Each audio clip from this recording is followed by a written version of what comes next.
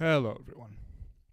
So, as many of you are no doubt aware, recently the YouTube skeptic community has decided to declare a jihad against the alt right.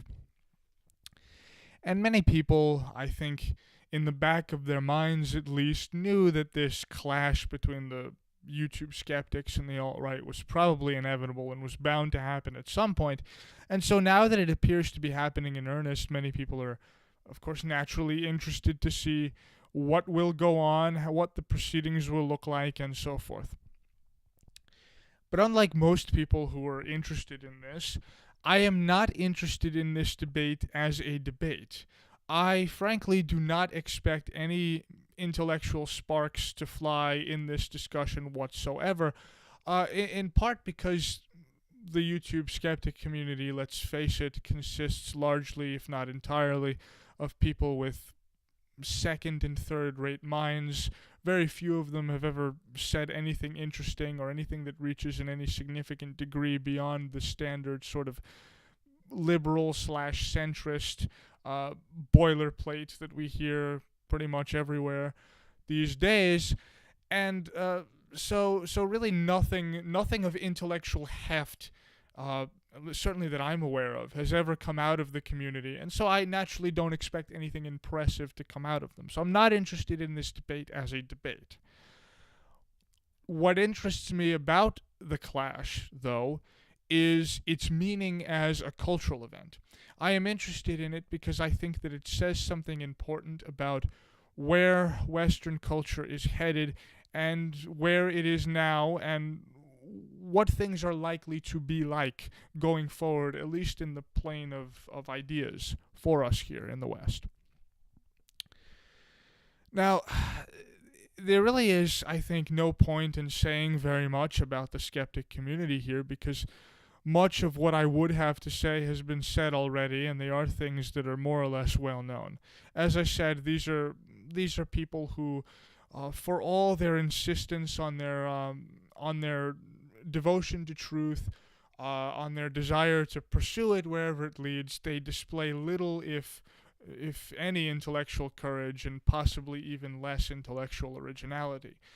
They're not able really to engage with ideas like race realism in a fair and non-tendentious way, as has already been evidenced by the Rage After Storm debacle and a number of other things.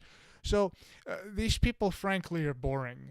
They don't say anything interesting, and I don't follow their channels because they're not going to say anything that I haven't heard before. Not only that, but the entire ethos of the community is a purely negative one. So that what I mean by that is that the entire community subsists on criticism. All it does, the only thing it stands for or can be said to have as an objective or a motivating raison d'etre, is just this desire to go around to other groups, to other factions, and criticize their ideas, wear them down, pick them apart, and so forth.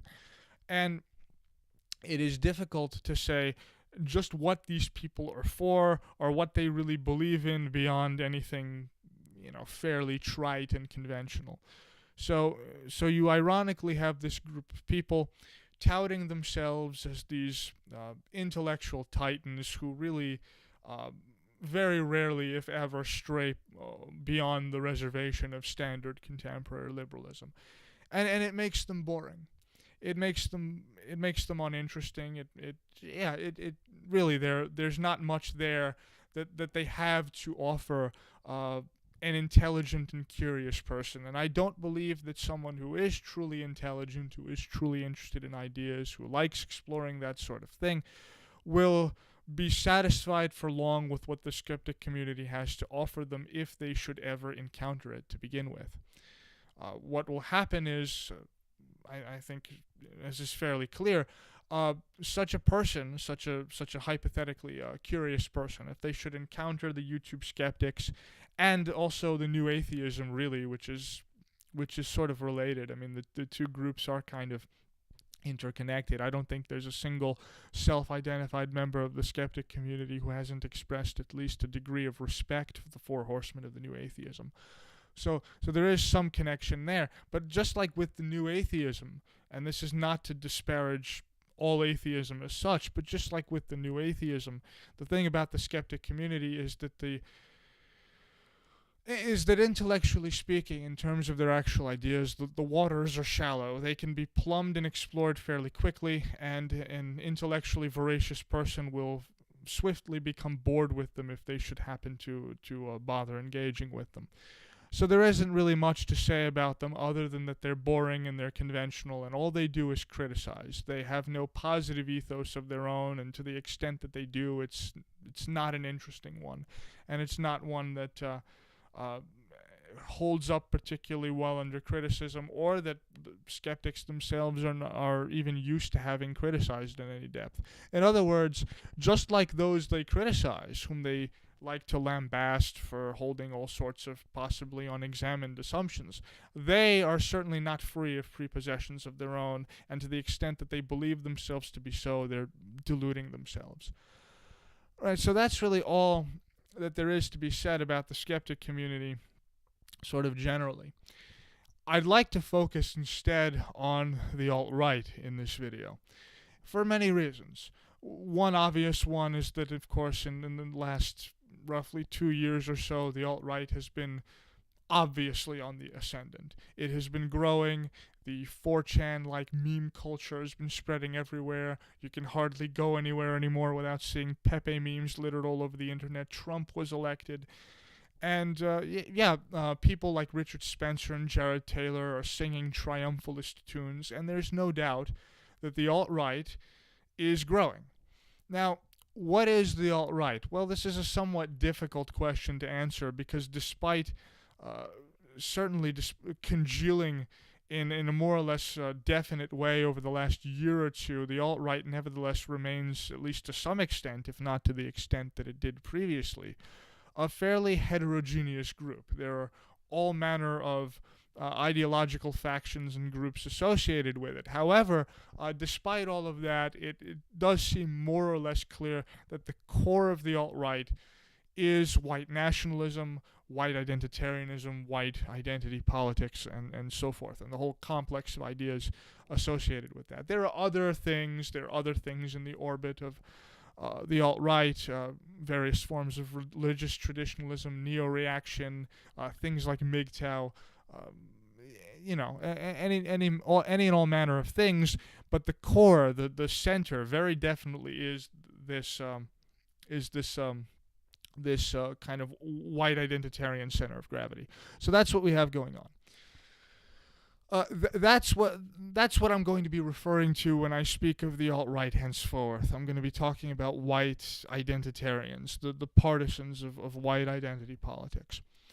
And as I said, the clash between the alt-right and the skeptic community is interesting to me as a cultural event. And the reason that it's interesting to me is, to put it very simply, that both of these factions, the skeptics and the alt-right, have very strong, very pronounced strains of postmodernism within their thinking. Now, as far as the skeptics are concerned, I think this is fairly obvious. You can see this just from the fact that they are purely critical, that they attempt to tear down other ideological structures. And of course, the distinguishing feature of postmodernism, probably the most salient one, although surely there are others, is that postmodernists are skeptical of what they rather pretentiously like to call meta-narratives.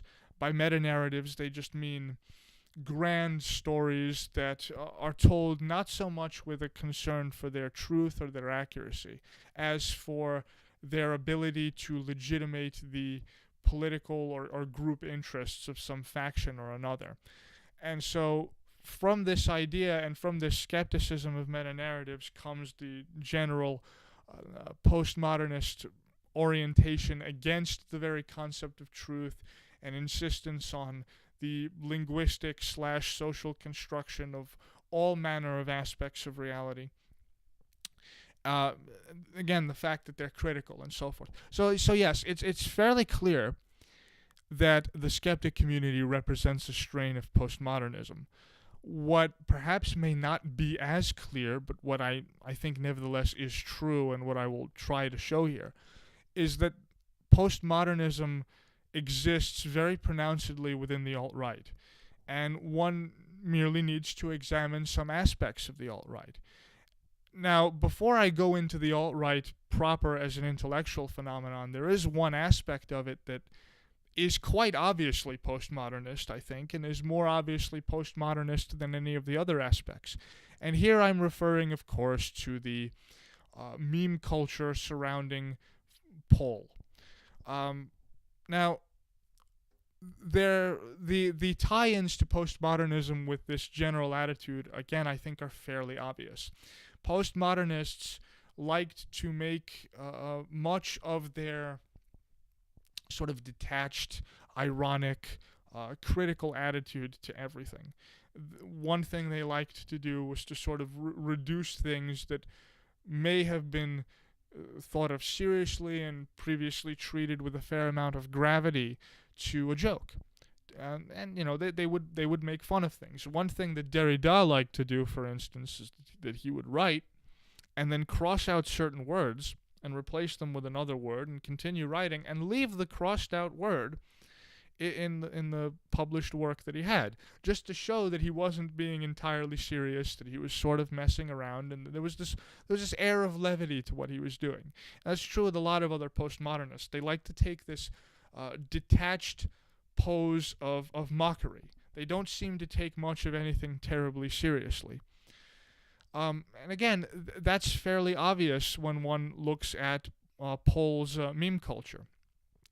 Poll memes everything to death. It reduces every ideology, every group, every faction, every system of beliefs that it does not approve of to a simple meme, reduces it to a joke, encapsulates it within that meme, and then, because the meme is funny and because it produces that kind of psychological effect on people that humor produces, to have the group being attacked by the meme attempt to respond with an actual argument, to say something like, no, this actually isn't an accurate presentation of what we believe, it's a bit more nuanced and complicated than that, that's not going to work.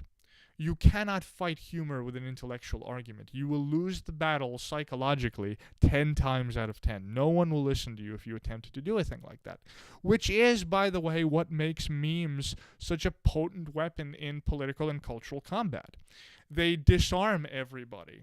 And if you attempt to get serious and combat what's really a joke with an intellectual argument, you look like some sort of ridiculous fuddy-duddy. And people will respond to you and say, look, what's wrong with you? This is just a joke. It's just a prank, bro. You know? And that's very powerful. It's very powerful because, as I said, it completely disarms the opposition. You can't fight a joke with an argument. So, as powerful as this is, as memes are as a weapon, however, there is a dark side to them. The dark side is that they tend, as I said, to encapsulate and reduce every ideology which they are used to attack to a very basic, very simplified, even bastardized set of propositions that don't necessarily accurately represent what the real exponents of the ideology under attack actually believe. And this stifles, stultifies, and degrades the quality of intellectual discourse. It turns everything into basically a prick-waving contest where everyone is throwing memes at each other and no one is bothering to engage with anyone else on a serious intellectual level. It doesn't matter whether the meme reflects the position of the other person accurately or whether it provides a fair account of what the person against whom you're purportedly arguing believes. Who cares? It's funny. And if it's funny, you can score psychological debate points against them and come out on top despite not having actually refuted or engaged seriously with any of the ideas presented. That's what memes allow you to do. They allow you to circumvent the need for argument and appeal to this sub-rational, subconscious core that exists in people's psychologies.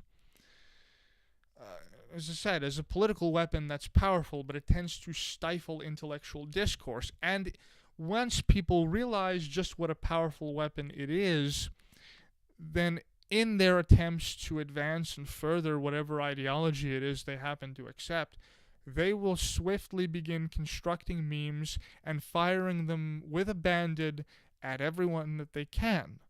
And so, what previously may have been a place for intellectual discourse, a place for discussion, and serious consideration of arguments, and an attempt to arrive at truth, an attempt to hash out the claims of two disputants in a debate, and to see who is right and who is wrong, and I actually have real, meaningful, argumentative discourse. Instead, what happens is that everything becomes a scramble, a race not to get memed on. And if you lose, you will get memed to death. And it doesn't matter if your arguments weren't refuted, you won't be taken seriously because by losing the meme war, you lose the battle psychologically.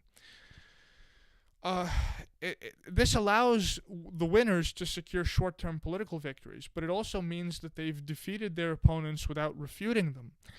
And so, when the members of the victorious ideology are questioned seriously about why it is they happen to reject one or another ideological position, they're often not able to provide coherent or accurate reasons for why they do so.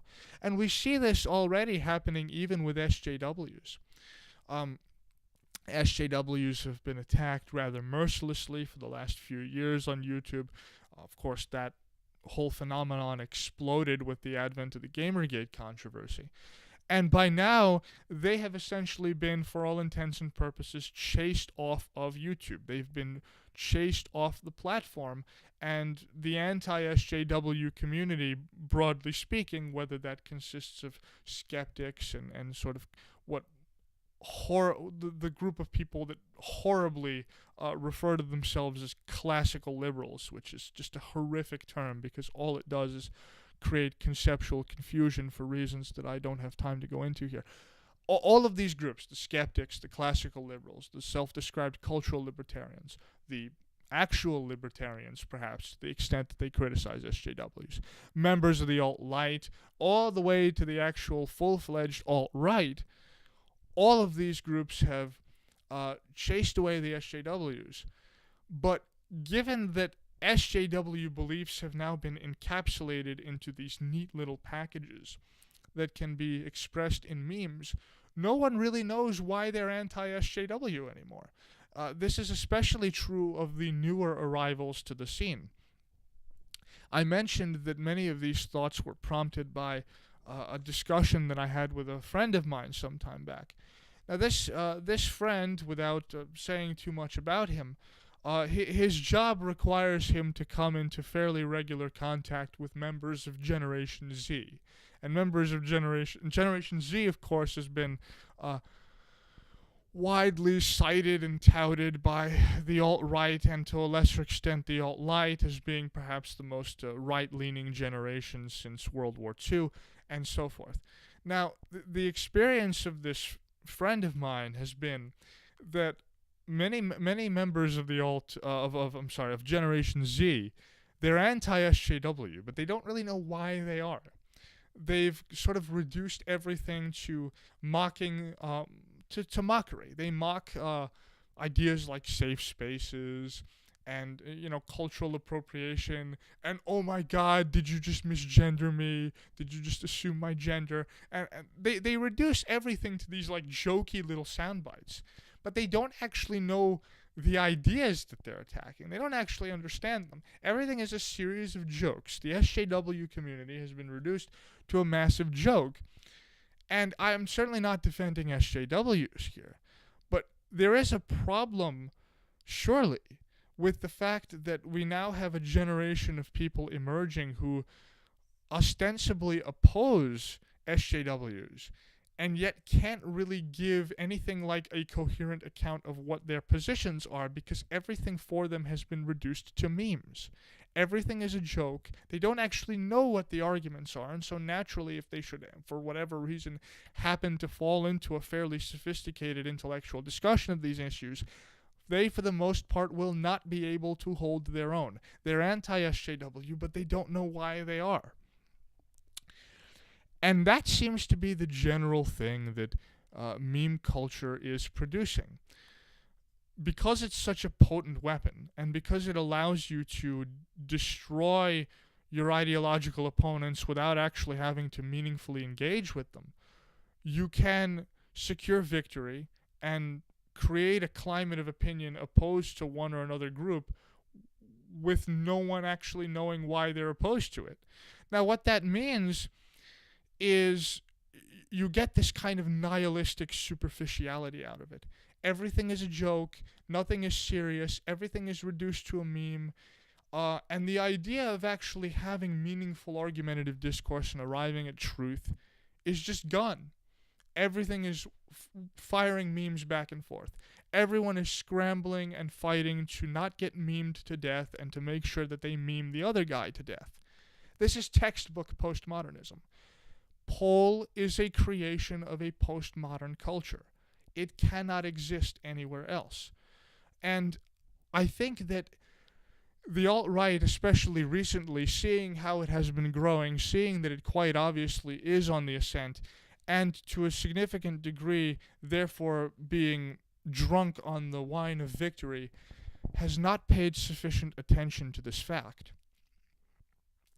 Memes are a very potent weapon, but there's nothing about them that says that they can only be used one way. There is nothing about them that says that they cannot be used to reduce right-wing political views to ridicule and make jokes out of them and make those right-wing positions also appear ridiculous and uncool.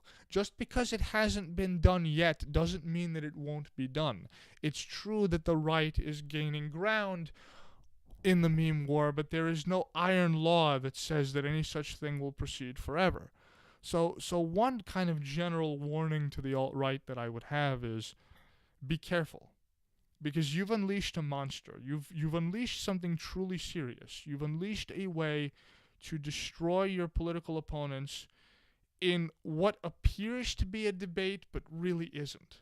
You've found a way to circumvent actually having to deal with the arguments of those whom you disagree, and that can be used against you. And as I said, if you attempt to fight memes with arguments, you will always lose, because you'll look like a ridiculous, stuffy fuddy-duddy who can't take a joke. So that's one aspect of the alt-right that I think certainly has a very strong postmodernist strain to it, and it's the most obvious one.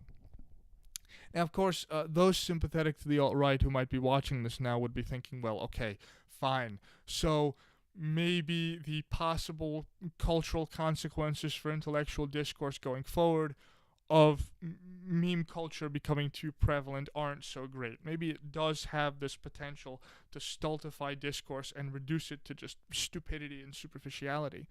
But come on, these are just anonymous 4chan trolls. They're not actually serious, and the alt-right does have an intellectual wing which produces serious arguments of some intellectual heft. So if you're interested in that, that is available to you.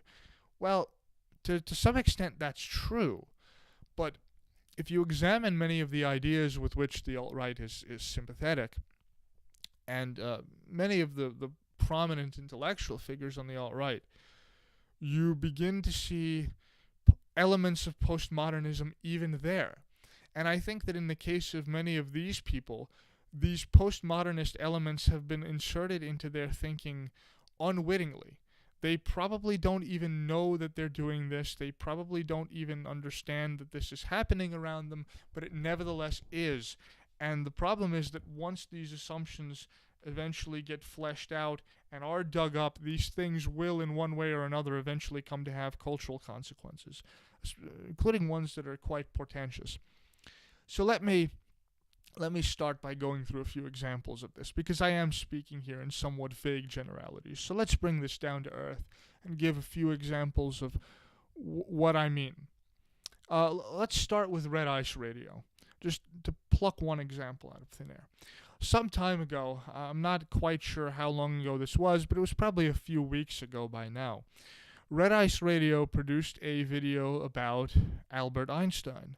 And it was made in response to the National Geographic TV series about Einstein's life, and essentially Henrik and Lana over there were criticizing all aspects of that show, pointing out that Einstein was in fact a communist, an ardent Zionist, and so forth. That he was a philanderer. That he, all sorts of things to sort of impugn his personal character. And all of these things are perfectly true. They are true. Yes, Einstein was a Zionist, even a Jewish supremacist, and you can see in his private writings very much a strain of discomfort and even disgust and hatred at Gentile society. He certainly felt like he didn't fit in there and that he wasn't part of it. And, certainly was a communist, certainly was. All of these accusations are right, they're correct. But then they go further and they start criticizing Einstein's scientific work. And the moment that they start to do this, dear God Almighty, the video degenerates into just horrible crap. I mean, it's just inexcusably bad garbage. They sound like creationists, frankly. I mean, there's one point in the video, I kid you not, where Lana Lochtef is talking about relativity and is all like, well, what did this theory actually provide for us that's scientifically useful? What, the idea that, oh, it's all relative, man? I'm not kidding. She actually said that. She did that retarded thing where she associated relativity theory with the notion that, all things are relative somehow. This doesn't even rise to the dignity of an error. Anyone who understands relativity theory will tell you that it is actually the most absolutist physical theory ever proposed, probably. They go on to say various other ridiculous things, alleging that Einstein stole or passed off as his own the scientific discoveries of certain predecessors of his, not realizing, of course, that scientists, when constructing their theories, build on the work of those who came before them. Every scientist does this, and there's nothing wrong with it. So the criticism of Einstein there is just horrifically bad. And so, of course, one has to ask the question, why have they bothered to do this? What does it matter to them whether Einstein's strictly scientific theories are correct or not? Is it not enough to point out simply that he had certain objectionable personal habits and that he held certain political views that were quite destructive and bad and threatening to Western or European civilization? Isn't that enough? Why then do we have to turn to the realm of science? And the reason, I think, is political. You see, Einstein has a reputation as a genius, and if Einstein held political positions that diverge widely from the sorts of positions adopted by the alt-right, then the average person who's neutral between the two camps and who's sort of on the fence will take notice of the fact that Einstein disagreed vehemently with many of these positions, think that, well, Einstein was very smart, and so therefore there must be something to what he is saying. And so I think that to prevent that sort of thing from happening, they have decided that Einstein must be discredited in everything that he does. He must be reduced as much as possible to a nullity so that no one can make reference to him to attempt to back up arguments critical of alt-right positions. So this is a totally political thing, that for political purposes you then subvert legitimate scientific work and you attempt to cast doubt on it. As I said earlier, postmodernism is characterized by a universal sort of skepticism to what we might call meta-narratives. And one meta-narrative is that Einstein is really smart and that people should pay attention to what he says. Well, if he beat his wife, or if he cheated on her, or if he slept with his cousin, or if slept around generally, or if he wrote things that evinced an obvious hatred of white civilization, of European civilization, well, then maybe he isn't so trustworthy. Maybe we shouldn't pay attention to him. And hey, maybe even his scientific work can be questioned. Maybe he wasn't really such a genius. and suddenly everything gets hit with criticism. And it doesn't matter whether the criticism makes sense or not. It doesn't matter whether it's good criticism or not. Criticism becomes sort of self-justifying. Criticism becomes good just because it is criticism. You criticize him to criticize him. You criticize him to tear him down. Criticism becomes its own reward, its own end. This is classic postmodernism. It's a postmodern tactic.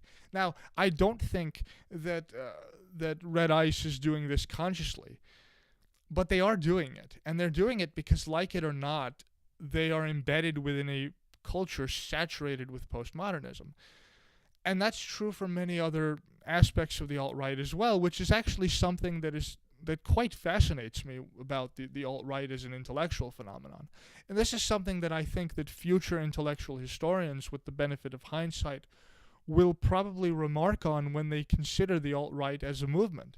The fact that there are so many elements of the alt-right which attempt to position themselves against the skeptical and corrosive tendencies of the modern age, which attempt to position themselves against things like postmodernism, but which nevertheless, despite themselves, end up somehow being caught up in the sway of those things. I mean, look, there are certainly aspects of the alt-right position that would seem anti-skeptical, anti-postmodernist, and so on. Race realism would be an obvious example. The alt-right does not treat race as a social construct. It is a biological reality to them. And they go on further to say that because there are innate, biologically affected differences between the average characteristics of various racial groups and of the sexes as well, those differences then manifest themselves as cultural differences, as social differences, and so on. So they will then go on to say that culture isn't just this arbitrary thing that is made up purely willy-nilly, that it has a biological substrate, and that we can, and there is that current of thought that is at least ostensibly objectivist, that really goes against that kind of postmodernist skepticism and relativism toward everything. But when you look deeper, you realize that there is more to the story. Okay, here's another clear example. Let's talk about the alternative hypothesis for a bit, the YouTube channel. Let's talk about Ryan Falk. Now, Ryan Falk is probably the one person who has done more than anyone else to make race realism intellectually respectable on YouTube. And he deserves praise for that. In fact, the presentation, the roughly 3.5 hour long presentation called Make the World Flat that he made some years ago, was my introduction to race realism, and it's probably true for a number of other people as well. So, what I'm about to say about him should not be interpreted as an attack, because he's done many respectable things. But there is one thing that I'd like to point to, and that is a series of articles that Ryan Falk wrote for the Alternative Hypothesis, and that series is called First Worldism. Now, in this series of articles, there are a number of truly fascinating ideas that are talked about, and I'm going to link all of those articles below. And I would encourage anyone who has not read them to read them, because there are a number of extremely interesting, fascinating things in there. However, there are elements of the thought presented in those articles which go off the rails and which have a very definite postmodernist tincture to them. Okay, so let me give an example. Let's talk about the heritability of political views. Well, one of the articles is about that, and Ryan Falk goes through a whole bevy of scientific evidence to show that political views are actually fairly heritable. Now, I am not saying that Ryan Falk actually believes this himself. I don't know that he does. But if you make the argument sufficiently stridently that political views are heritable, you will induce within the people who accept that argument a certain feeling, a certain tendency that it's actually a waste of time to sit down and have political debates. Because people are being motivated by sub-rational factors. They're being motivated by their genetic predispositions, and so they're not going to engage you and your ideas in good faith. And if they're not going to engage you in your ideas in good faith, there's no point in having a discussion with them. There's no point in hashing things out. And again, having actual argumentative discourse and trying to figure out who is right and who is wrong and try to arrive at some kind of truth. Ultimately, if this political hereditarian position is taken to its extreme, you will get a situation in which political views become relative to genetics. You cannot say which manner of political organization for society is good or bad, what is more beneficial or less beneficial, better or worse, more reflective of human nature or less. You can't do these things. All you can say is that given this one group of people here and their genetic predispositions, they're going to believe this. And given this other group of people here and that group's genetic predispositions, that group is going to believe this. And that's really all that there is, ultimately, on this view. So you have this relativism of political views with respect to genetics. And while I certainly don't mean to deny or cast doubt on the claim that there is a genetic or hereditarian component to what one's political views ultimately turn out to be, what I do want to say here, and what I think needs to be said, is we really, really need to be careful with ideas like that. They have the potential to undermine the belief in the possibility of rational discourse. And I'm not saying that Ryan Falk believes that, but the point is that that kind of idea can be taken to that level. Here's another example. In one other article in the First Worldism series, he talks about how religions and ideologies are often just expressions of racial group interest. And he makes all sorts of comparisons. Let's take communism, for instance. Communism took one form in Russia, another in China, and yet another in Korea, in North Korea with Juche and so forth. Now, are these differences significant? Are they anything more than cosmetic? Well, not really, but these different nations insisted on their distinct brand of communism because, and this is what Ryan Falk here is implicitly is contending, that because Russians, Chinese, and Koreans are different from one another genetically, if they adopt ideologies like communism, those ideologies are going to be shaped and twisted by the genetic makeup of the people that express those ideologies. And so Korean communism is going to look different from Russian communism, is going to look different from Chinese communism, and so forth. And so all of these insistences on the uniqueness of various ideologies really just mask what are at bottom genetic, racial, and ethnic differences. And the same goes for historical narratives. So when you have some ethnic group, for example, who tells and retells the story of its own history as one of extraordinary persecution where it faced unique levels of hardship that no one faced, you can come to see this, if you take a sufficiently strong hereditarian position, as just an ideological mask for that group's interest. In other words, a certain group reasons, if we present ourselves as beleaguered, we will win sympathy, and that will allow us to advance our ends as a political entity. That will allow us to advance our group interests. And so all ideologies are really just covers for group interest. That's textbook postmodernism. That's exactly what postmodernists believe. Um, when your typical SJW who says that you are not deserving of a refutation because you are a white male says that because they implicitly accept the postmodernist belief that white males as white males are, because of the fact that they are white males, determined culturally or in whatever other sense to believe a certain set of propositions and argue and rationalize those propositions however they are able to do.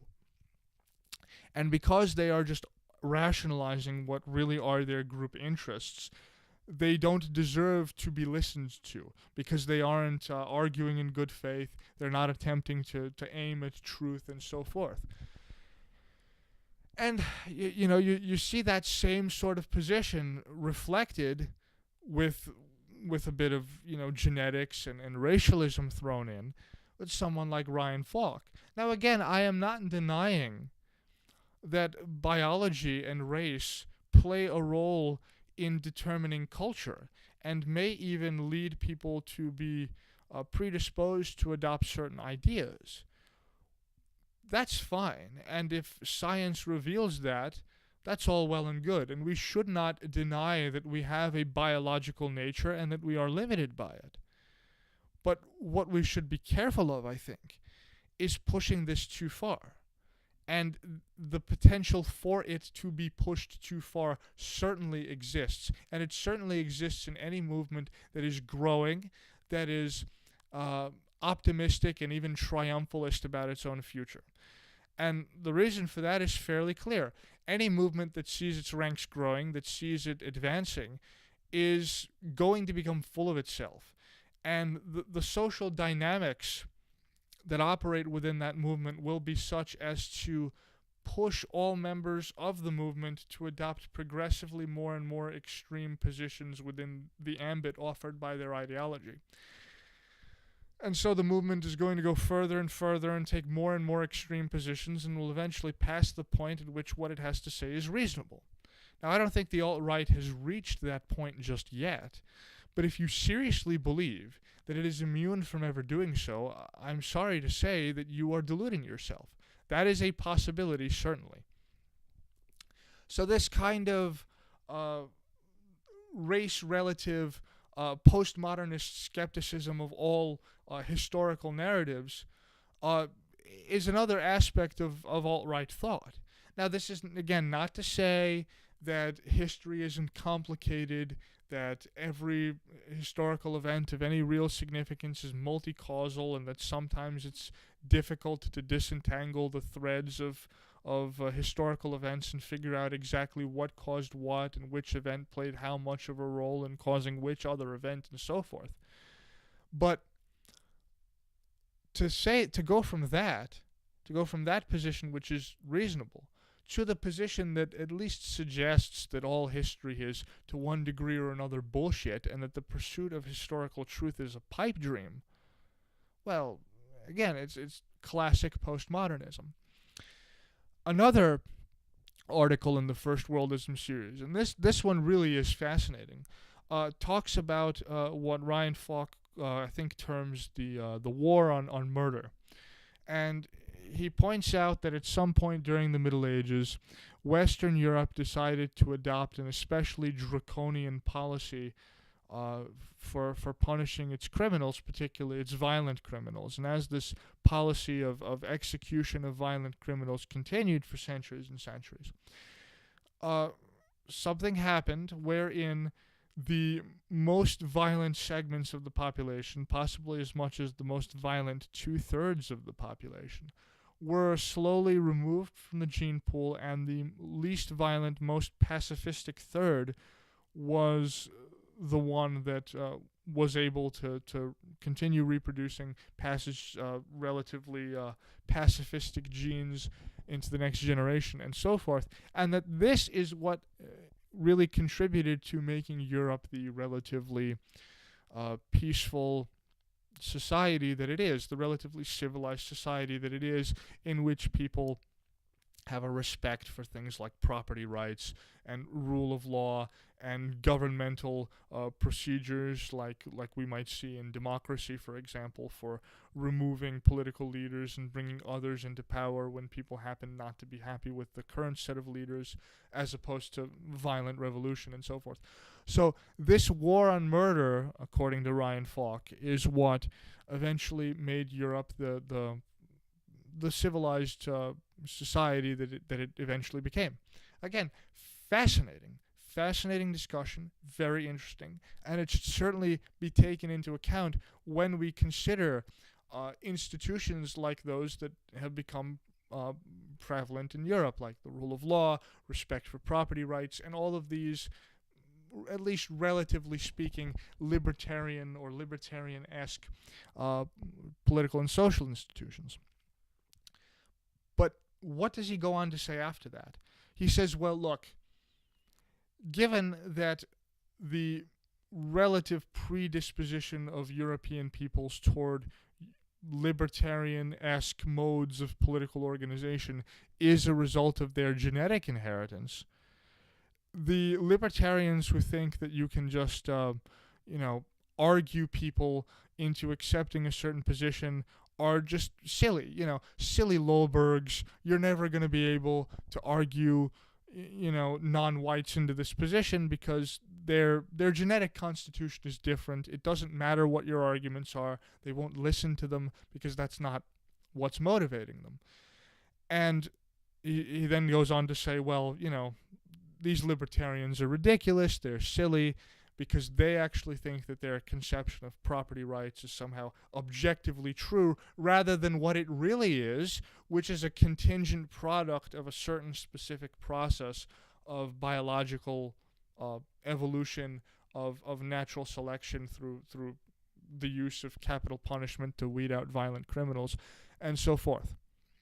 So rather than being just an objective fact of political or metaphysical reality that can be demonstrated via philosophical arguments, this is really a contingent product of your particular genetic inheritance, and the philosophical arguments that you're using to justify it are really just rationalizations that supervene on top of your biology. So the only thing that's really at work here is the genetics. The philosophical arguments, these are just bells and whistles. They do nothing. They ultimately mean nothing. Well, again, do I have to tell you why this is postmodernist and why it is dangerous? This thinking like this has a tendency to undermine belief in the efficacy of rational discourse.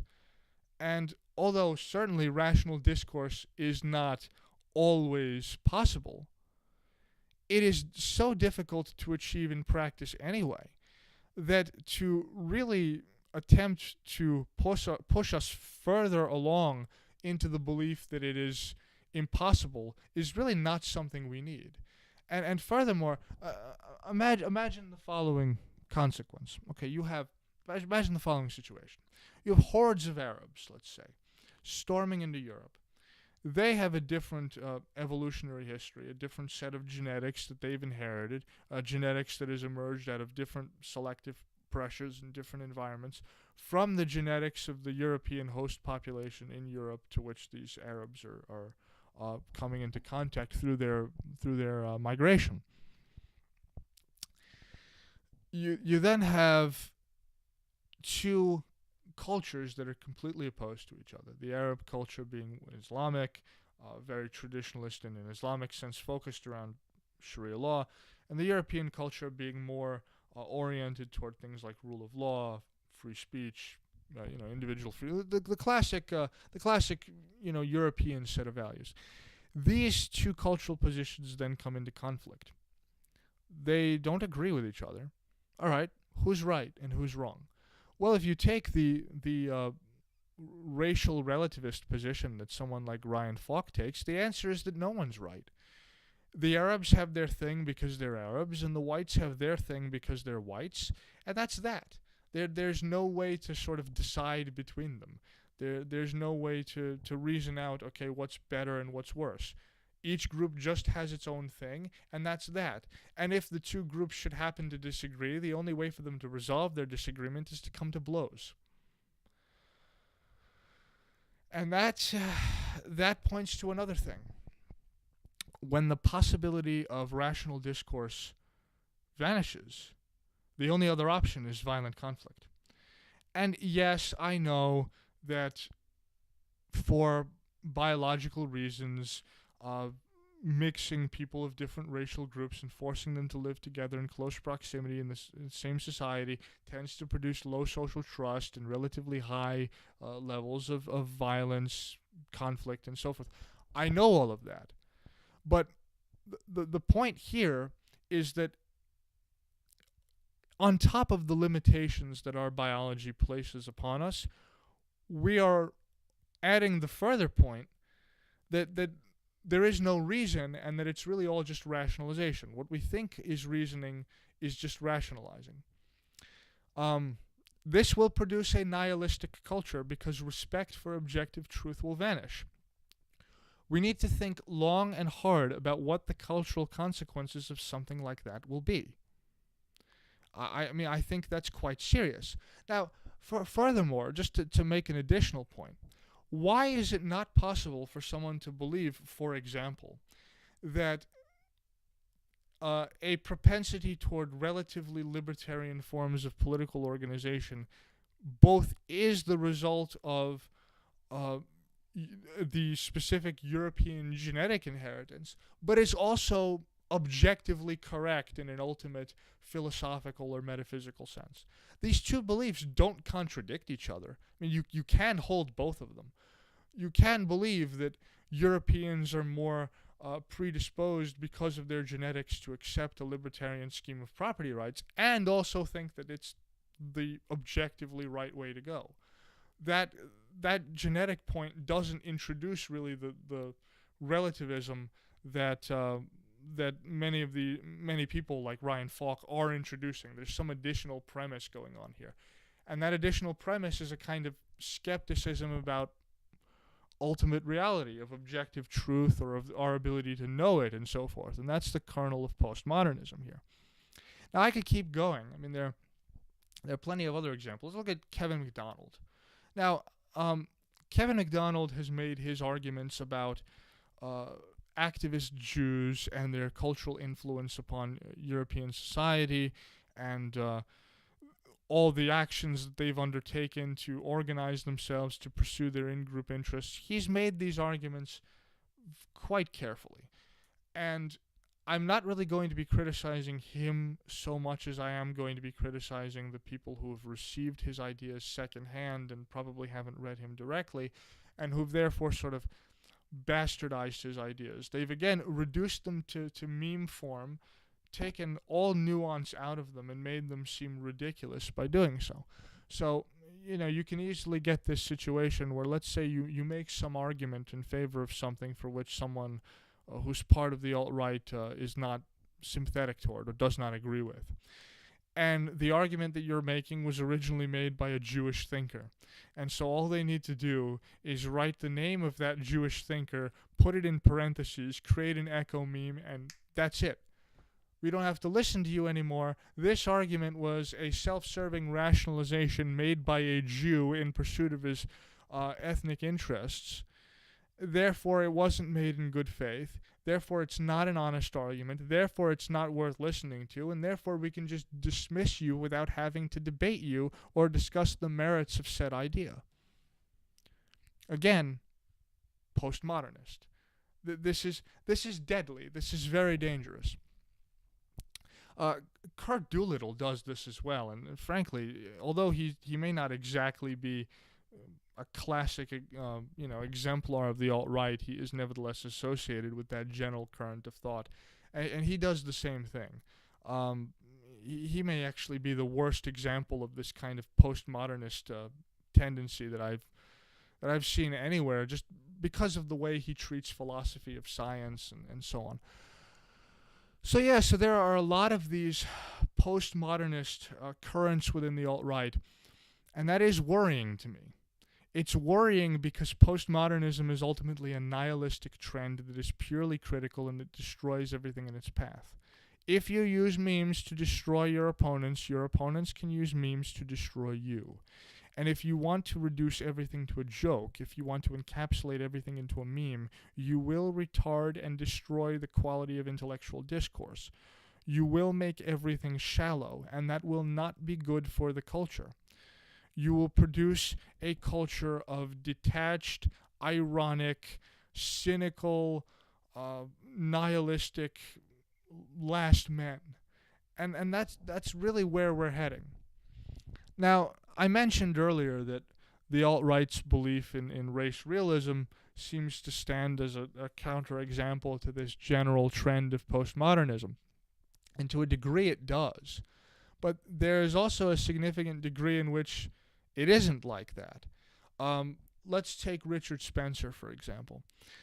He's fond of saying that he wants whites to flourish and wants them to have their own countries and their own societies where they can live in their own ways because white culture, white civilization, and the white European genetic inheritance is his. In other words, he's pro-white because he's white. He supports European identity because it is his. Not because whites are capable, not because their IQs are relatively high on average, not because they've produced significant or impressive cultural achievements, not because they happen to have this excellent combination of both high intelligence and willingness to defy authority when necessary, thereby producing great works of genius or creative, path-breaking discoveries or works in other areas. So he's not pro-white because whites are capable, or at least that's not his primary reason for doing so. He's pro-white because whiteness is his thing. It's his identity. And I'm sure he would probably say that if he were black, if Richard Spencer were black, he'd be pro-black because blackness would be his thing. Now, that this kind of racial relativism introduces a whole host of problems. What it means, again, is that you cannot settle disagreements, arguments, or contradictions between two different cultures or two different racial groups or two different ways of life emerging out of those races by some sort of test of rationality. You can't do it. You are trapped within the sphere given to you by your group. And this leads to some absurdities. I mean, suppose that you had been born an Arab in Saudi Arabia. Are you required thereby to defend Sharia law because it is yours? I mean, for that reason alone, not because it may have certain virtues, whatever those may be. You just defend it because it's yours, not because it has beneficial effects, not because it's good for this or the other thing. You defend it because it's yours. The same thing. You defend European notions of, say, property rights or freedom of speech, not because they tend to produce orderly societies and actually in practice enable us to find a way to balance perfectly the claims of social order and personal liberty in a way that's surprisingly functional. But just because they are European, because they're ours, because they're a reflection of our genetics, because they've emerged out of our genetic constitution and inheritance, and for no other reason. Well, I mean, again, you then have this racial relativism where you're trapped within the bubble of your own race and cannot transcend it. There is no ultimate reason on this way of seeing things. There is no ultimate truth. It's all relative to race. That's worrying because that's corrosive. I mean, I hope I don't have to explain why that's corrosive or that's nihilistic, but that is something that Richard Spencer has said on many occasions.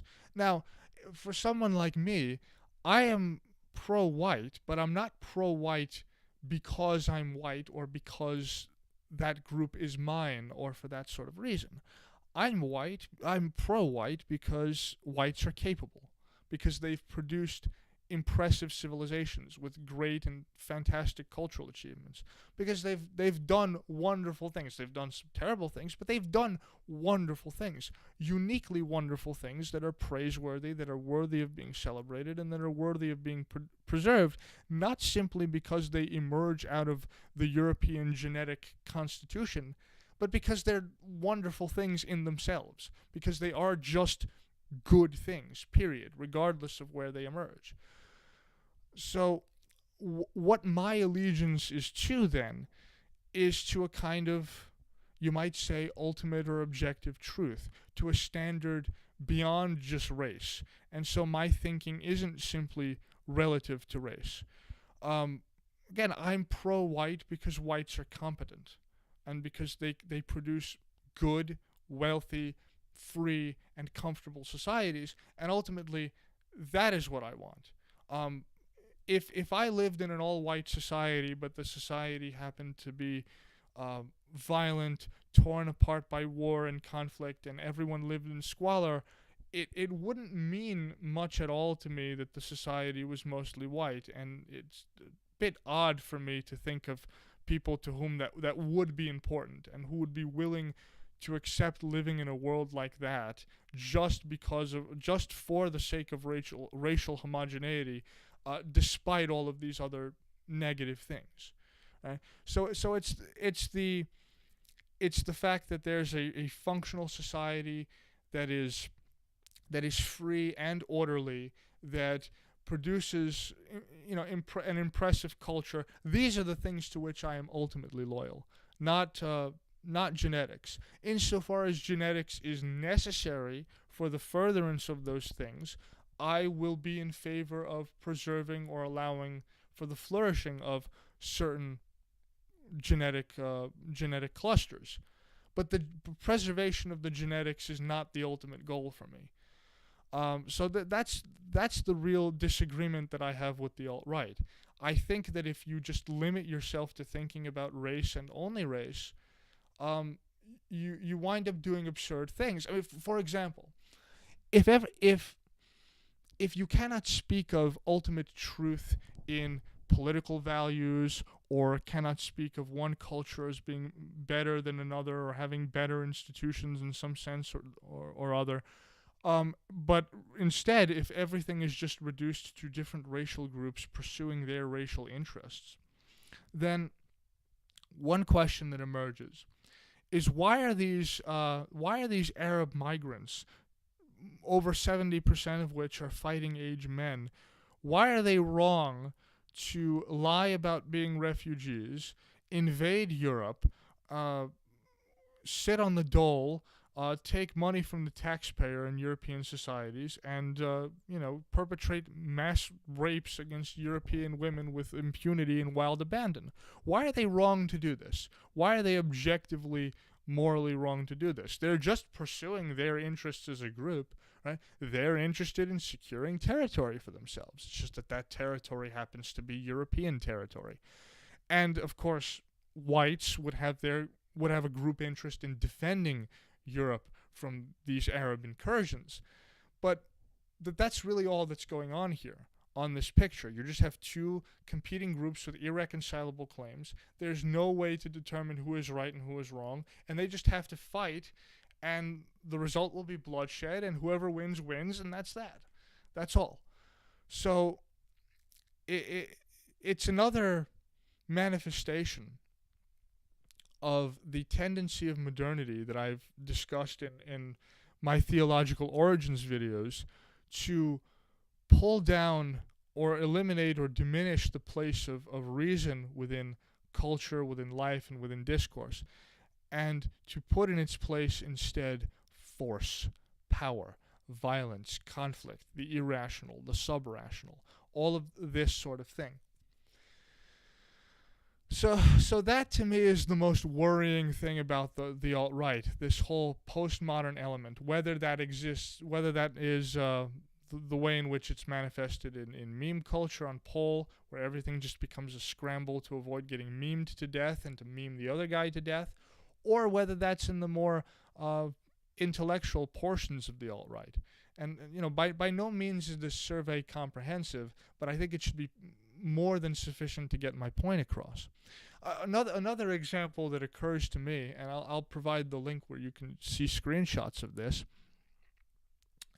Greg Johnson once, I believe on Facebook, said something to the effect that he does not believe that white identitarianism should restrict itself only to cultural conservatism or to the political right, because what he ultimately wants is for a society in which we still argue about things like gay rights and abortion, but where those who engage in the argument are all white. So he's okay with a society that argues about feminism, about the place of religion in society, about gay rights, about abortion, about all these other hot button issues. He just wants everyone there to be white. He just wants only white people to argue about this. Now, a number of people have pointed out the obvious problem here, which is that it ignores how the white societies that people like Greg Johnson complain are so cucked became cucked in the first place. Libertarian Realist also made an excellent video not that long ago pointing to some of the same things that I'm talking about here. And although he mainly focuses on the economic beliefs of much of the alt-right, and he complains that many in the alt-right have leftist economic prescriptions that are actually dysgenic.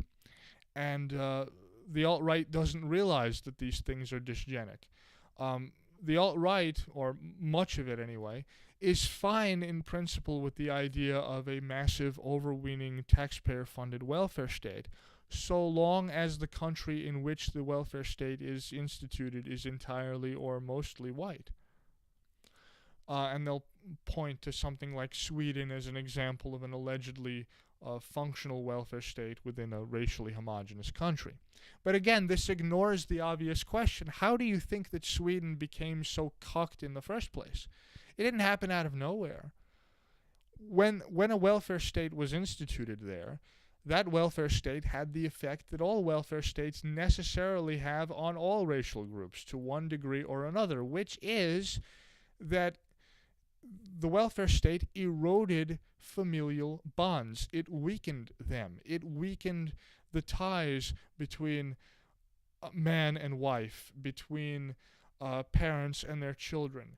It weakened community ties.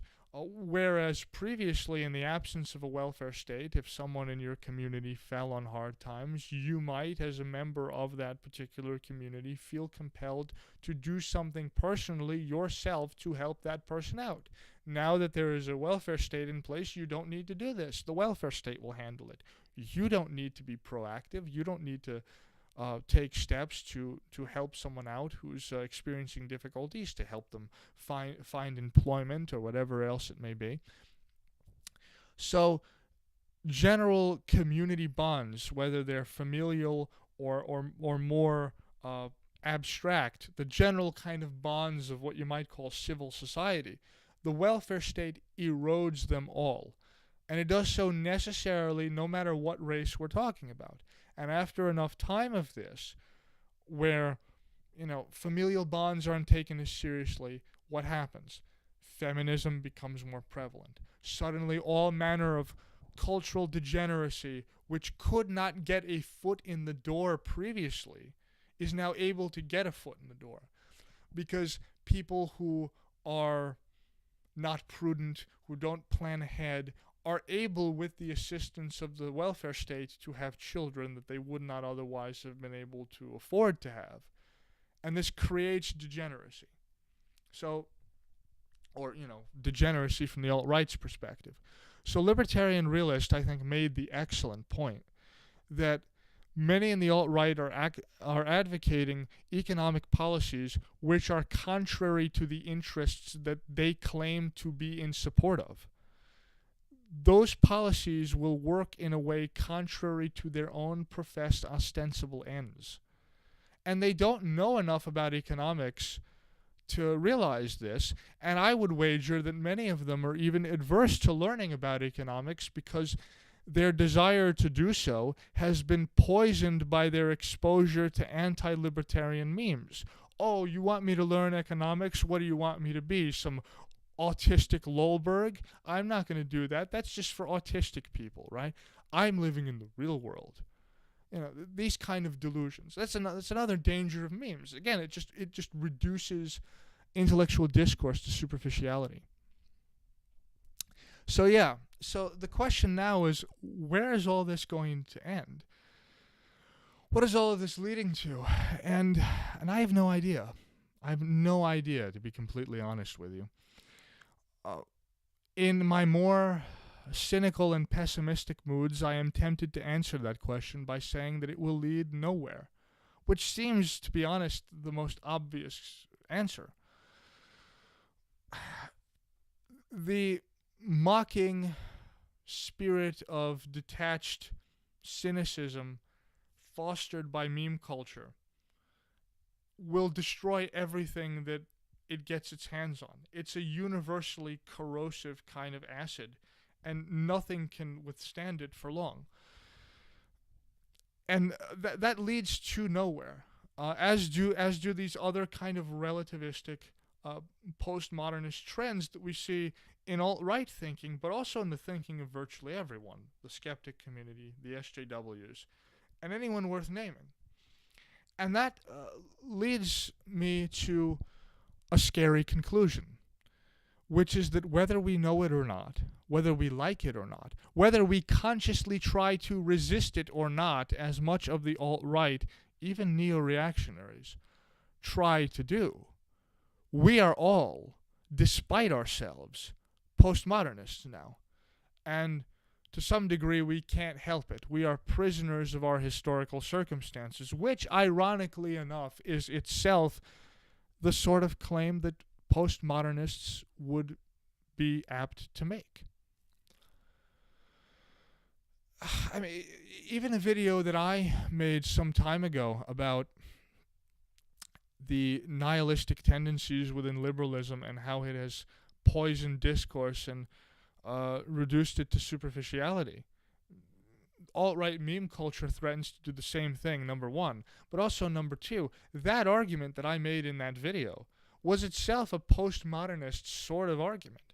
Because what I was implicitly saying there is that certain beliefs, certain structures, certain notions are only possible within the context of certain systems of thought, whether they be provided by a religion with its certain basic theological premises or something else. So even there, I was making a postmodernist kind of argument. And it really does seem then that we are all postmodernists now, and that we can't help it. And this is worrying to me, because postmodernism is the ultimate manifestation of nihilism. It leads to nothing. It leads to the void. It cannot produce anything but what Nietzsche called the last man. And so, seeing this, I've begun to wonder whether there could possibly be any way to break out of this sort of trap. And while I have no definitive answers at the moment, or at least none with which I'm satisfied, there are options that I'm exploring. One very interesting book that I've come across recently is a book by a philosopher named Alan Gewerth called Reason and Morality. And there was another book written by a philosopher of law named, and the book was called The Dialectical Necessity of Morality. I'll provide links to both of these in the description as well. And Gewerth makes a very interesting argument for objective morality, but not just any kind of objective morality, a certain conception of it where individuals have certain strong rights claims that they can legitimately make. And I'm not going to go into the argument in detail here because, frankly, I haven't read the books yet. I haven't gone through the objections fully to see whether they can be dealt with. Uh, the book, The Dialectical Necessity of Morality, does a fantastic job of going through an enormous number of objections, and I'm still reading the book. But basically, in a very simplified form, the argument is that insofar as everyone considers himself a prospective, purposive agent, that is, as a person, as an agent, as someone with free will who has goals that he acts to achieve, one must therefore accept certain rights, that certain things are good for someone and that you therefore have rights to them, and insofar as you consider other people also to be uh, prospective purposive agents, you must extend to them the same rights on pain of contradiction, and that to not do so would be implicitly to deny your status or the status of others as prospective purposive agents. And so there's this kind of dialectical argument that attempts to sort of break out of the circle of relativism and establish something objective. Now, as I said, I don't know if this argument works, but it is something that I am exploring and that I think is worth looking into, simply because it at least offers us the promise of being able to break out of the postmodernist trap, which is something that I am very concerned to do, because I don't think that a culture will be able to survive indefinitely unless it does this. Now, what are the advantages of the universally corrosive character of postmodernism is that for those of us who want to work cultural revolutions, it's actually relatively easy to reinvent the wheel, because if every ideology gets memed to death and reduced to superficiality to the point where those who oppose it no longer know why they oppose it, anyone who wishes to revive some previous ideology can just slowly proceed to make sophisticated and serious intellectual arguments in favor of that ideology. He will persuade some intelligent people. Those intelligent people will not know of, will not remember, or will not have had contact with the more sophisticated intellectual arguments available for the position, because the position's been memed to death and reduced to superficiality, and so no one actually remembers or considers the serious arguments anymore. And the cycle begins again, where the ideology is again revived, it enjoys an ascendancy, and the cycle sort of repeats itself. And that may be another possibility for where we're headed. It might be that the alt-right will eventually, its memes will be turned on it, it will be destroyed, and something else will emerge, something to which the alt-right was previously opposed, but which no one remembers the serious reasons for being opposed to. That in its turn will be destroyed in the same way, and so on and on and on and on and on ad infinitum. That's one possibility, and it's a worrying possibility because it's an endless cycle. There's no way to break out of it, and this is the final point that I'd like to make in this video. One of the things of which the alt-right is critical is the idea of historical progress. The Whig theory of history is, of course, a mainstay of current liberalism, and the alt-right knows that. And like good postmodernists, they understand that this idea must be criticized because it functions to legitimate the liberal narrative.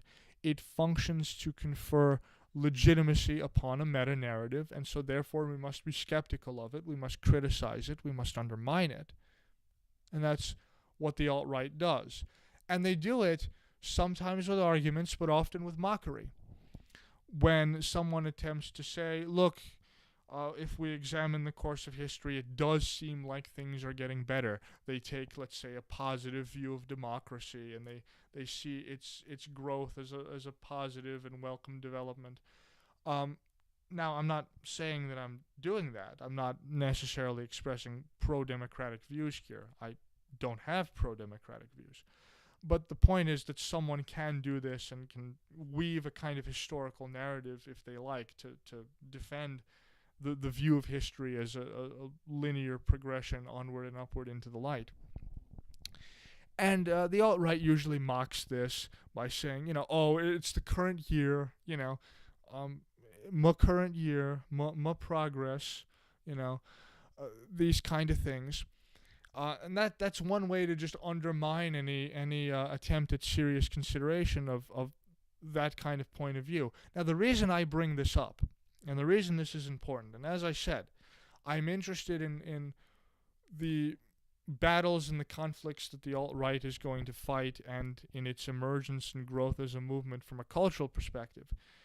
And one of the things that's interesting to me about the alt-right culturally is the view that it takes of history.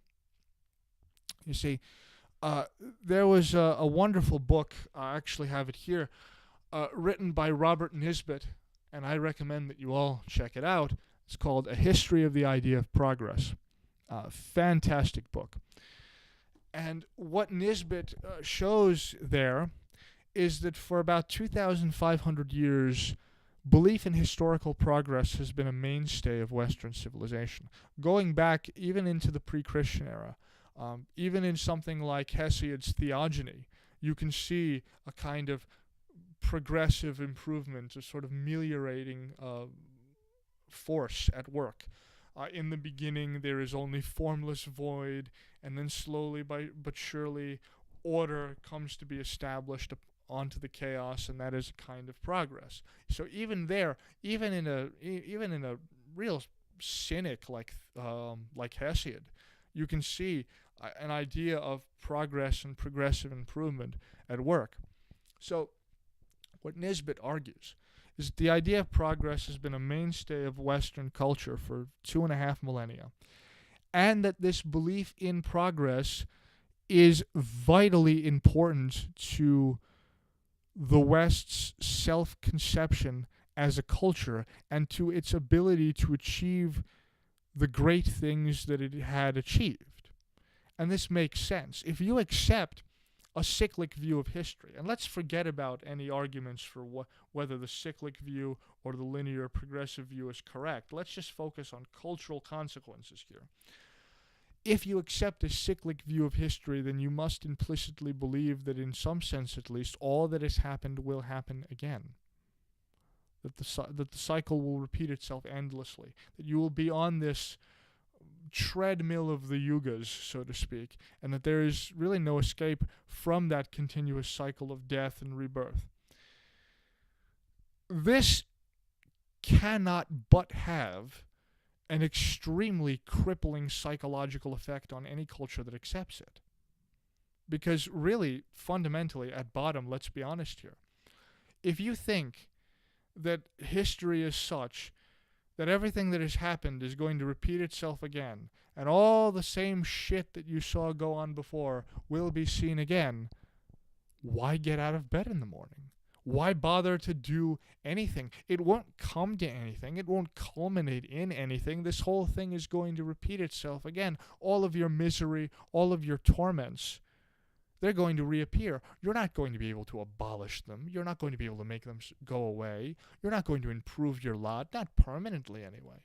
The cycle will repeat. So why bother? Why bother trying? Why bother working in the world to produce a better, freer, more just, more comfortable life for the people in your society? So that sort of belief, the belief in cyclic history, has a crushing psychological effect on people, and it paralyzes them, or it tends to anyway. And so, to the extent that the alt-right's insistence on cyclic history becomes widespread, I worry about the cultural consequences that might have. And there's another irony for you. The alt-right, which in general is so concerned with reviving and making Western culture great and triumphant and magnificent like it once, according to them, was, and I'm not casting doubt on that. I'm not casting aspersions on that claim. I'm just saying that that's what they're saying, that Western culture was once great. It has since lost belief in itself and has therefore declined, and they want to revive it. Now, if you take that belief but combine it with this belief in cyclic history, you will wind up actually paralyzing the culture that you want to make great, and you will do so unwittingly. That is a worry that I have. To give you another example, another fantastic book written by Stanley Yaki, who was a Catholic priest, a Hungarian Catholic priest, and a historian and philosopher of science. And this book is amazing, Science and Creation. You should all check it out. And the question with which that book deals is that science as a sustained endeavor, as an endeavor in which one scientist builds upon the work of another, and in which it is the case that one can make precise quantitative statements about the behavior of the natural world and actually express them mathematically and precisely. All of these accoutrements associated with science. That seems to have emerged sometime around the 17th or perhaps 16th century, and yes, they did have their medieval antecedents, and Yaki certainly acknowledges that. But it emerged in full bloom sometime around the 16th or 17th century in Western Christian Europe and nowhere else. And to the extent that it exists in any other culture, it only exists there insofar as that culture has had contact with Western Christian Europe. Why is that? Well, what Yaki does in that book, is he examines various cultures. India, China, ancient Egypt, Mesopotamia, the Native American civilizations, and so on. And what he points out is that there was a small degree of scientific creativity present in all of these societies, but that all of them invariably experienced what he calls a stillbirth of science.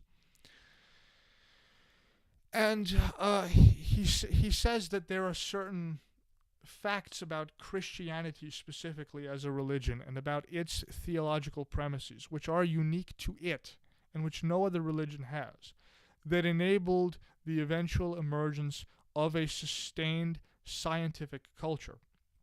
And there are many things that he points to. One thing is the belief in a transcendent God, that is, in a God that is neither immanent in the world, like various pantheistic metaphysical systems have him being, or that is apart from the world or wholly separated from it in the way that Gnostics would have it be, but rather occupies some sort of a middle position, that he transcends the world and yet sustains it in being and is intimately connected with it. This belief, Yaki points out, enables it to be possible, A, to see the universe as ultimately rational and therefore susceptible to analysis because God is involved in it and it participates in the divine reason, but as also open to empirical investigation because God is not the world. See, in a pantheistic system, the tendency is to make your science be completely rationalistic and a priori, and to really leave no room for the empirical. And the reason for that is that, God operates according to reason. And so if you understand the pattern of dialectical evolution that God undergoes, then you can figure out a priori how the natural world would function. Yes, I know that there are idealistic and pantheistic systems that have ways to deal with that, but I'm just talking about broad tendencies. So the first chapter of the book, and this is where I'm getting to with all of this, is about India. And Yaki talks about the cyclic conception of history that has existed throughout Indian culture and that has been expressed in all of its sacred literature. The Bhagavad Gita, the Upanishads, everything expresses this. There's in fact one very, very striking quote from a certain Hindu sacred text that he quotes at one point in the chapter that says something to the effect that the wise man knows that neither birth nor death, nor good nor evil ultimately matters, and he will learn to cultivate a detachment from all things. So good and evil doesn't matter. In the face of eternity, in the fact that all of these cycles are going to repeat themselves endlessly and that there's nothing that any of us can really do about it, good and evil, uh, moral enormities, things that we would normally consider outrages or be concerned about, don't matter. This breeds a kind of passivity, and it really deadens the culture. It really dampens any vitality that a culture might have. And that's one reason why Yaki says that India, despite not despite not lacking in highly intelligent people, was not able to produce the sort of science that Western Christian Europe produced. Western Christian Europe did not have a cyclic notion of history. On the other hand, it had a very definitely progressive conception of history. Prior to the arrival of Christ, there was a preparation for the gospel. Then Christ became flesh. He caused a rupture in history, and everything thereafter is a lead up, is a culmination to his second coming, and that is what history is. So the Christian idea of history, or at least the Orthodox view of it, has very strong progressivist tendencies. And if you accept that there are these progressivist tendencies in history, you will naturally come to believe in meliorism, in things getting better.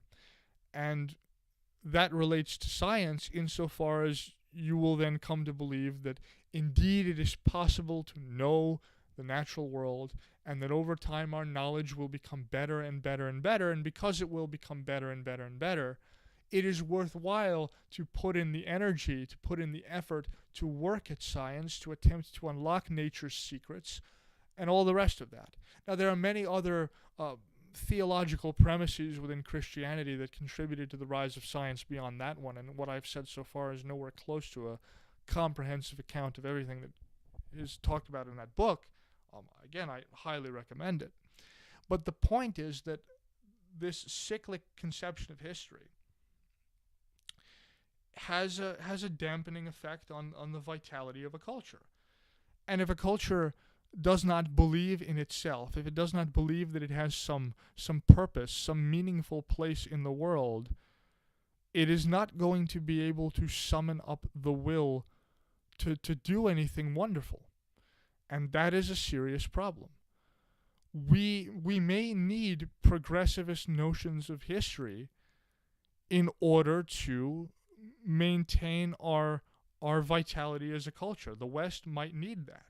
And the alt-right, for the most part, just laughs at this with saying, "Oh, it's the current year," because all that the Whig theory of history and practice means to people today is a growing preponderance of degeneracy. And because that's all they see when they think about Whig history, the alt-right is not, in general, receptive to arguments in its favor.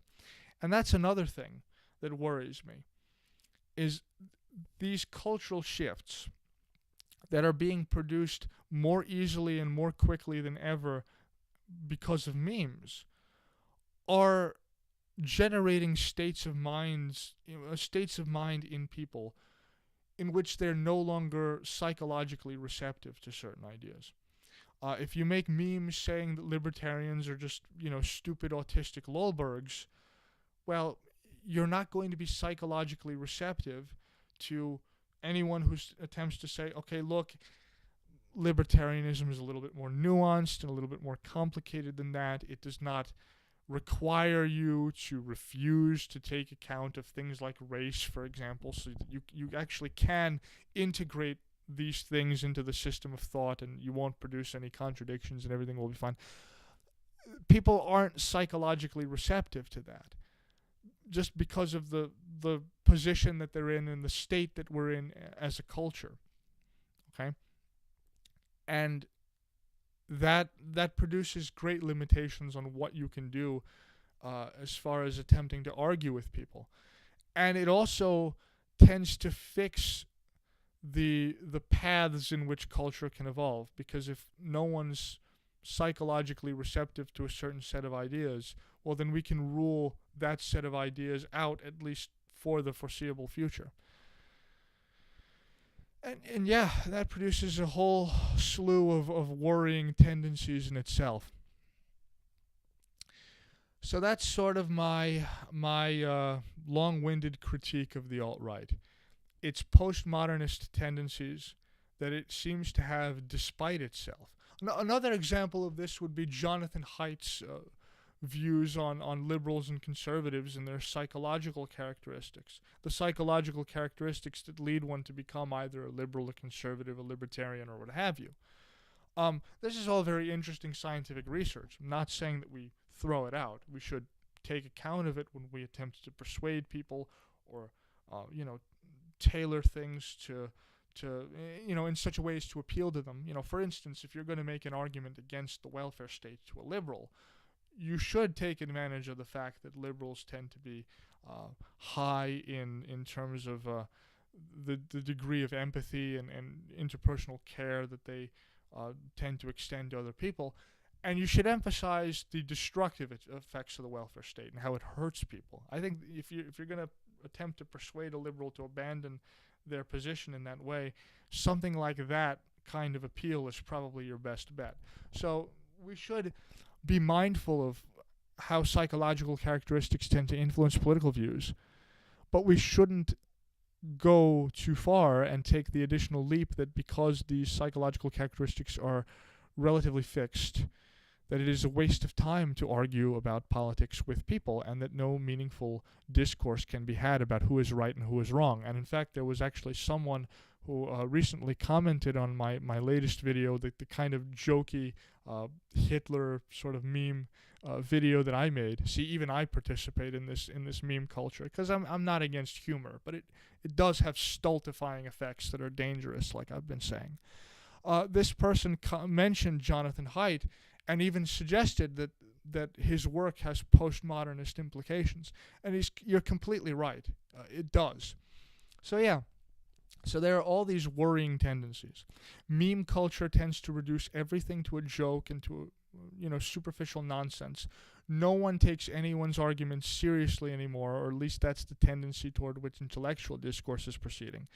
And among the alt-right, even those who are more serious and who have more intellectual heft nevertheless have strong currents of postmodernism flowing throughout their thought, which is worrying for the future of intellectual history. And it's especially worrying because the alt-right seems to be postmodernist despite itself. And we all seem to be. And so the question is, can we transcend that? Is it possible? Is it possible to revive a belief in a progressive theory of history that we don't react cynically toward, and that gives us enough vitality to aspire to great things as a culture? That's another worrying tendency. So see all these disparate sort of worrying tendencies, the stultifying effect of memes and the general postmodern orientation of the alt-right. And as I said, it worries me because I don't know where it's going to go. And one of the things that I've been doing recently is attempting to find ways to escape this postmodernist trap and to salvage some notion of progressivist history which is intellectually respectable and which doesn't get reduced to these, it's the current year and progress just means an increase in degeneracy kind of thing.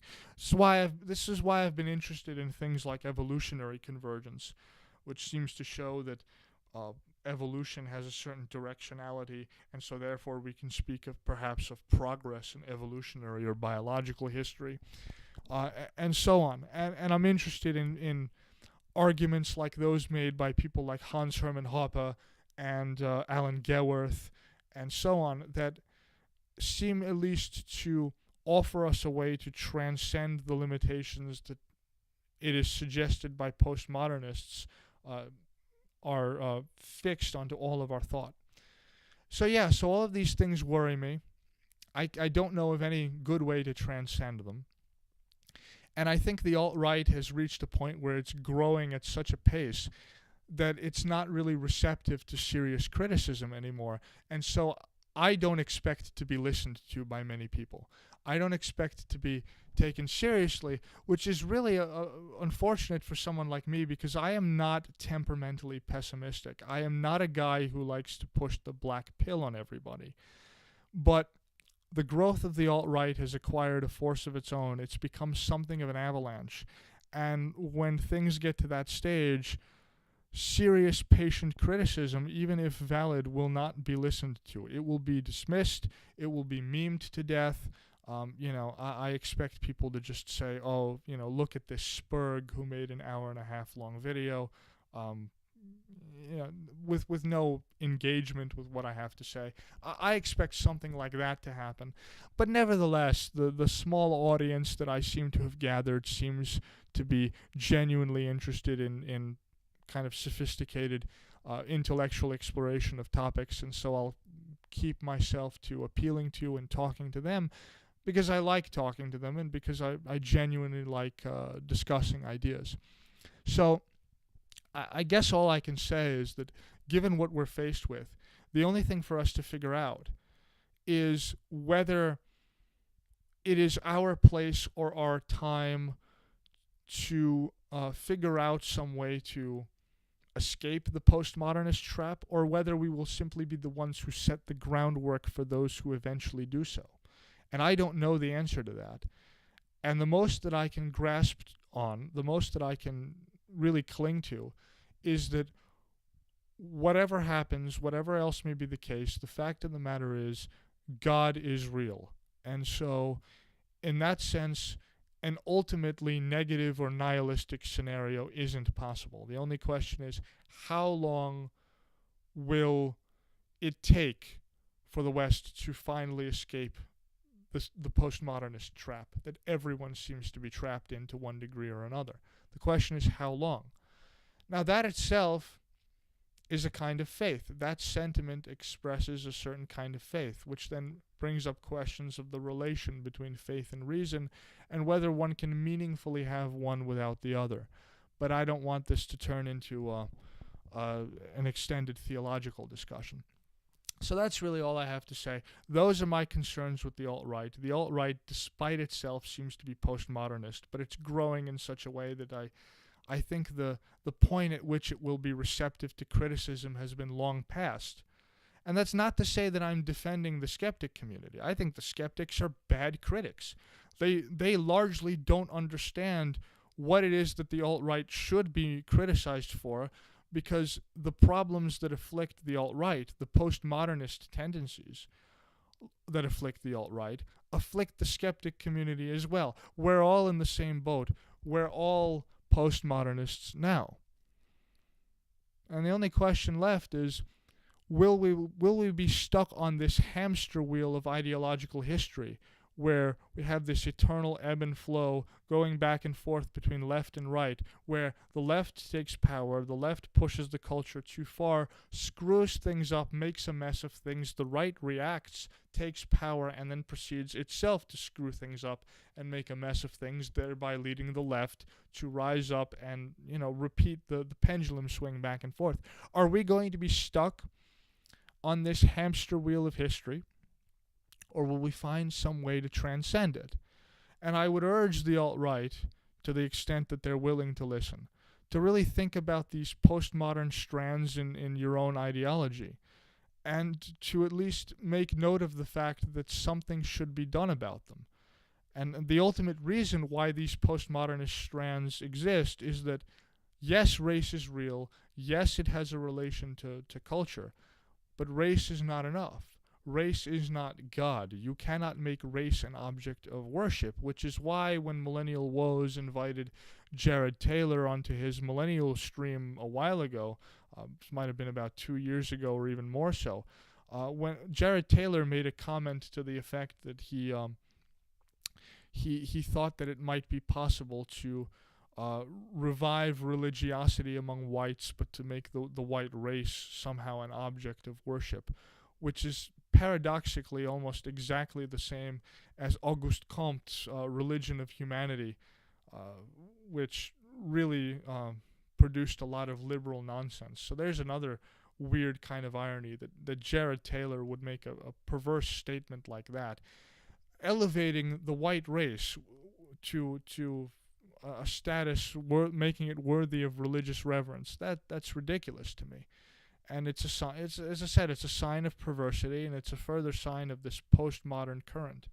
So yeah, so I would urge the alt-right to really take a deep look at these things and to think about them to the extent that they're able to the extent that they're willing to. Because if they don't, then we will be condemned to repeat an ideological ebb and flow that has been going on for a very long time.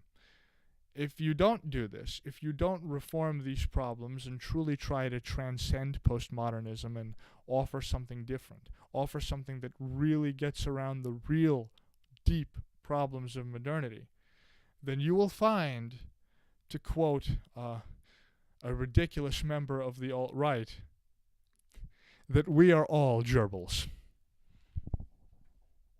Thank you for listening.